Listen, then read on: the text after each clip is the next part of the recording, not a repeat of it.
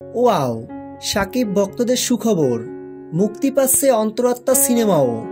সম্প্রতি গতকাল সার্টিফিকেশন বোর্ডে জমা পড়েছে শাকিব খান, দর্শনা বণিক অভিনীত এবং ওয়াজেদ আলী সুমন পরিচালিত 4 বছর আগের পুরনো সিনেমা অন্তরাত্মা। সোমবার সার্টিফিকেশন বোর্ডের সদস্যরা সিনেমাটি দেখবেন এমনটা জানা গেছে। ধারণা করা হচ্ছে বরবাদ আটকে যাওয়ার শঙ্কায় তড়িঘড়ি করে সেন্সরে জমা পড়েছে শাকিব খানের 4 বছর আগের সিনেমা অন্তরাত্মা, যাতে এবারে ঈদের ঢালিউড কিং শাকিব খান বিহীন না কাটে। দেখা যাক শেষ অবধি কি হয়। তবে এবার মুক্তি পাচ্ছে সেই অন্তরাত্মা সিনেমাও।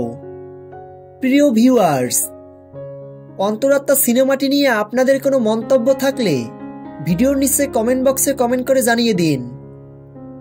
মেগাস্টার শাকিব খানের সকল আপডেট ভিডিও সবার আগে পেতে ভিডিওটিতে একটা লাইক দিয়ে আমাদের পাশে থাকুন। ধন্যবাদ।